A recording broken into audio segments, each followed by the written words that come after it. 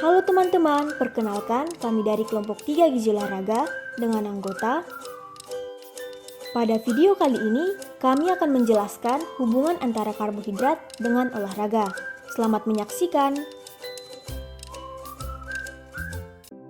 Pola makan seimbang merupakan hal penting untuk kesehatan, baik dari sudut pandang seorang atlet atau bagi mereka yang memiliki rutinitas berolahraga untuk menjaga kebugaran tubuh. Performa seorang atlet pada saat bertanding tergantung pada kecukupan gizinya. Zat gizi berupa karbohidrat memiliki peran penting dalam performa seorang atlet. Karbohidrat atau yang sering disingkat dengan KH adalah zat gizi sebagai sumber energi utama. Karbohidrat dapat ditemukan dalam bentuk glukosa, terdapat di dalam darah, dan disimpan dalam bentuk glikogen yang terdapat di dalam jaringan otot dan hati. Persediaan glikogen otot dan glukosa darah sangat mempengaruhi produksi energi saat atlet melakukan latihan dan pertandingan. Dibandingkan sumber energi lain, karbohidrat akan lebih digunakan saat volume maksimum oksigen melebihi 65%. Secara umum, karbohidrat dapat dikategorikan atas 4 jenis antara lain. Yang pertama, monosakarida. Terdapat 3 macam monosakarida, yaitu glukosa, fruktosa, dan galaktosa. Yang kedua, oligosakarida yang terdiri dari disakarida, trisakarida, dan tetrasakarida. Yang ketiga, polisakarida yang merupakan gabungan dari gugusan gula sederhana atau monosakarida. Dan yang terakhir adalah serat.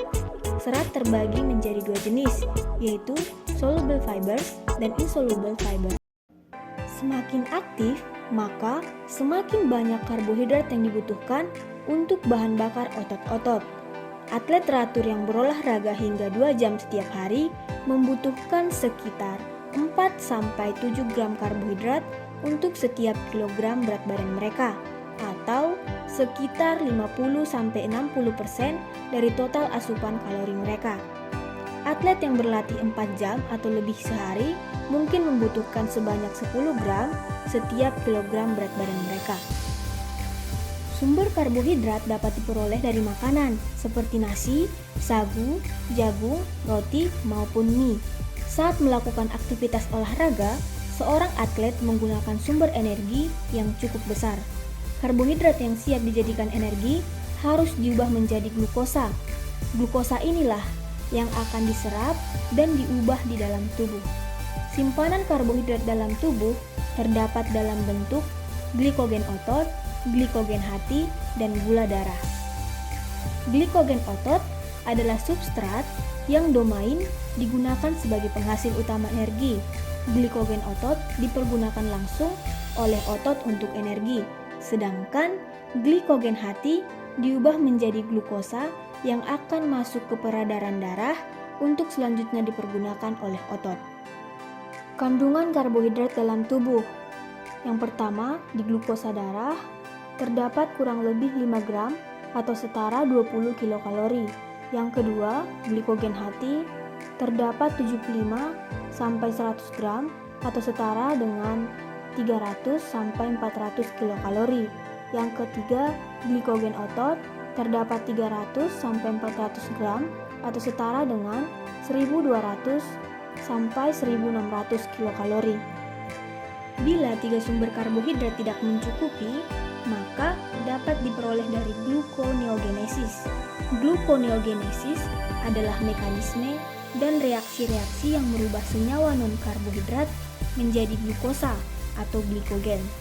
Substrat utama gluconeogenesis yaitu asam amino glukogenik, asam laktat, gliserol, dan asam propionat. Organ yang berperan dalam gluconeogenesis adalah hati dan ginjal karena keduanya mengandung enzim-enzim yang diperlukan.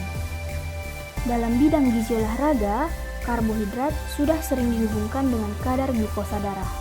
Asupan karbohidrat dapat mempertahankan kadar glukosa dalam darah dan menjaga ketersediaan glikogen. Asupan tinggi karbohidrat dapat meningkatkan simpanan glikogen dalam hati dan otot. Sebaliknya, asupan karbohidrat yang rendah dapat menurunkan kadar glikogen. Kecukupan karbohidrat dapat meningkatkan konsentrasi glikogen yang tersimpan dalam otot, penurunan onset kelelahan, dan peningkatan performa secara umum. Asupan karbohidrat Sangat penting bagi seorang atlet untuk mempertahankan cadangan energi yang cukup dan memastikan bahwa cadangan glikogen terisi sebanyak mungkin. Jika glukosa atau glikogen terbatas atau habis, maka akan terjadi hipoglikemia sehingga atlet merasa pusing, lemah, dan cepat lelah. Di dalam sebuah pembahasan mengenai pentingnya kebutuhan nutrisi dalam sepak bola, menekankan pentingnya asupan tinggi karbohidrat, khususnya 2 atau 3 hari sebelum kompetisi dimulai. Riset menyatakan, makanan yang tinggi karbohidrat yang dimakan sebelum olahraga terbukti meningkatkan simpanan glikogen otot dan hati, yang berdampak pada peningkatan performa olahraga. Penelitian Balsom dan kawan-kawan pada tahun 1999 menganalisis pergerakan dari 4 pemain dalam 90 menit permainan di dalam ruangan, yang 2 hari sebelumnya mengkonsumsi tinggi karbohidrat sebanyak 65% dan rendah karbohidrat sebanyak 30%. Hasil menunjukkan pemain yang mengkonsumsi diet tinggi karbohidrat dapat bertahan di intensitas yang tinggi ketika berolahraga. Baiklah, demikian video singkat yang dapat kelompok kami tampilkan mengenai gizi olahraga. Semoga informasi-informasi yang tadi telah kami jelaskan dapat bermanfaat bagi teman-teman sekalian. Dan apabila ada penulisan maupun pengucapan kata yang kurang tepat, mohon dimaklumi. Atas perhatiannya, kami ucapkan terima kasih dan sampai jumpa.